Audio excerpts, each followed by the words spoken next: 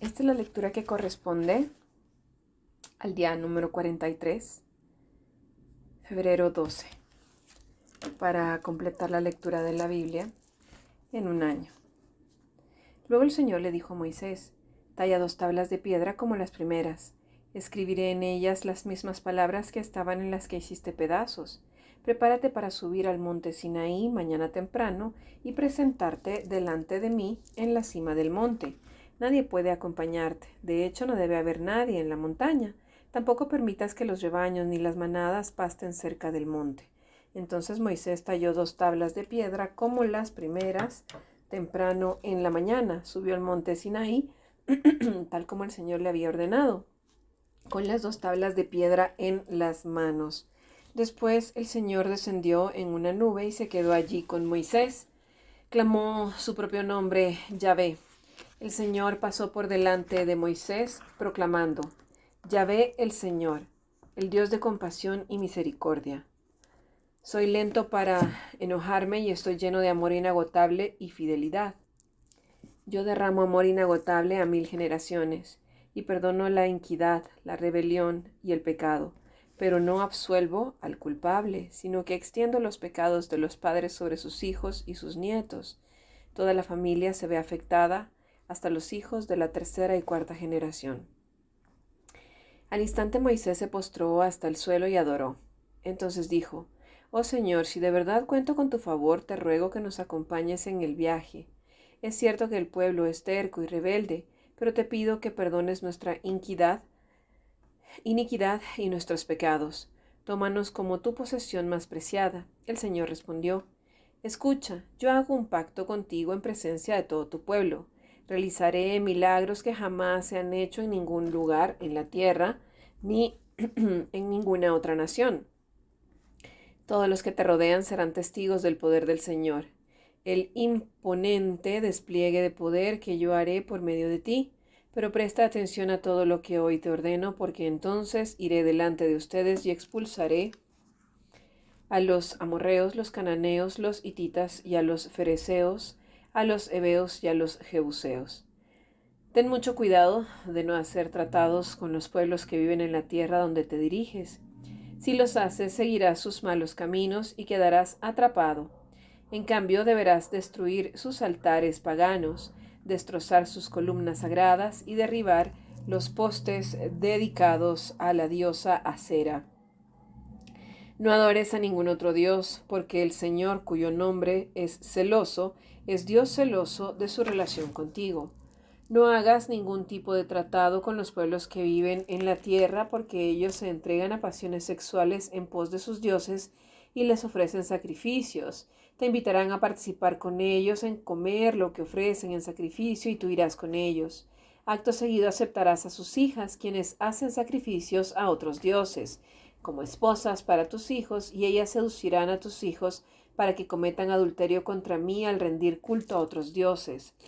No te hagas dioses de metal fundido.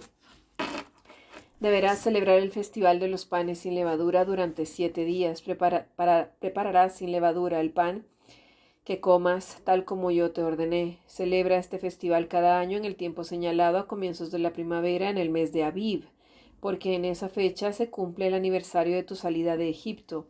El primer nacido de cada animal me pertenece, incluidos los machos de las primeras crías de tus manadas, de ganado y de tus rebaños de ovejas y de cabras. Para recuperar la primera cría de un burro podrás pagar rescate al Señor entregando como sustituto un cordero o un cabrito, pero si no pagas rescate para recuperarlo tendrás que quebrarle el cuello al animal. Sin embargo, tienes la obligación de pagar el rescate por todo primer hijo varón. Nadie podrá presentarse ante mí sin una ofrenda. Tienes 6 días en la semana para hacer tu trabajo habitual, pero el 7º día dejarás de trabajar. Incluso durante la temporada del arado y de la cosecha deberás celebrar el festival de la cosecha con los 2 primeros frutos de la cosecha del trigo y celebrar también el festival de la cosecha final cuando termine la temporada de la cosecha. 3 veces al año todo hombre de Israel deberá presentarse delante del soberano, el Señor Dios de Israel. Yo expulsaré a las naciones en tu paso y expandiré tu territorio para que nadie codicie ni conquiste tu tierra mientras te presentas ante el Señor tu Dios esas 3 veces al año. No ofrezcas la sangre de mis sacrificios con ningún tipo de pan que contenga levadura. Tampoco guardes nada de la carne del sacrificio de la Pascua hasta la mañana siguiente. Cuando recojas tus cosechas, lleva a la casa del Señor tu Dios lo mejor de la primera cosecha. No cocines a un cabrito en la leche de su madre. Después el Señor le dijo a Moisés: escribe todas estas instrucciones porque ellas indican las condiciones del pacto que hago contigo con Israel. Moisés se quedó en el monte con el Señor durante 40 días y 40 noches. En todo ese tiempo no comió pan ni bebió agua, y el Señor escribió en las tablas de piedra las condiciones del pacto, los 10 mandamientos. Cuando Moisés descendió del monte Sinaí con las 2 tablas de piedra grabadas con las condiciones del pacto, no se daba cuenta de que su rostro resplandecía porque había hablado con el Señor. Así que cuando Aarón y el pueblo de Israel vieron el resplandor del rostro de Moisés, tuvieron miedo de acercarse a él. Sin embargo, Moisés llamó a Aarón y a los jefes de la comunidad, les pidió que se acercaran y habló con ellos. Luego todo el pueblo de Israel se acercó y Moisés les transmitió todas las instrucciones que el Señor le había dado en el monte Sinaí. Cuando Moisés terminó de hablar con ellos, se cubrió el rostro con un velo, pero cada vez que entraba en la carpa de reunión para hablar con el Señor, se quitaba el velo hasta que salía de ella. Después le transmitía al pueblo las instrucciones que el Señor le daba, y el pueblo de Israel veía el brillante resplandor de su rostro. Así que él volvía a cubrirse el rostro con el velo hasta que encontraba nuevamente a hablar con el Señor. Luego Moisés mandó a llamar a toda la comunidad de Israel y dijo: estas son las instrucciones que el Señor ha ordenado que obedezcan. Tienen 6 días en la semana para hacer su trabajo habitual. Para el 7º día, un día de descanso absoluto, un día santo dedicado al Señor. Cualquiera que trabaje ese día será ejecutado. Ni siquiera encenderán fuego en sus casas en el día de descanso. Luego Moisés le dijo a toda la comunidad de Israel: esto es lo que el Señor ha ordenado: junten una ofrenda sagrada para el Señor, que todas las personas de corazón generoso presenten al Señor las siguientes ofrendas: oro, plata y bronce, hilo azul, púrpura y escarlata, lino fino y pelo de cabra para tela, pieles de carnero curtidas y cuero de cabra de la mejor calidad, madera de acacia, aceite de oliva para las lámparas, especias para el aceite de la unción y para el incienso aromático, piedras de ónice y otras piedras preciosas para incrustar en el efod y en el pectoral del sacerdote. Vamos con la lectura de Mateo 27, versículos del 15 al 31. Ahora bien, era costumbre del gobernador cada año durante la celebración de la Pascua poner en libertad a un preso, el que la gente quisiera, y entregarlo a la multitud. Ese año había un preso de mala fama, un hombre llamado Barrabás.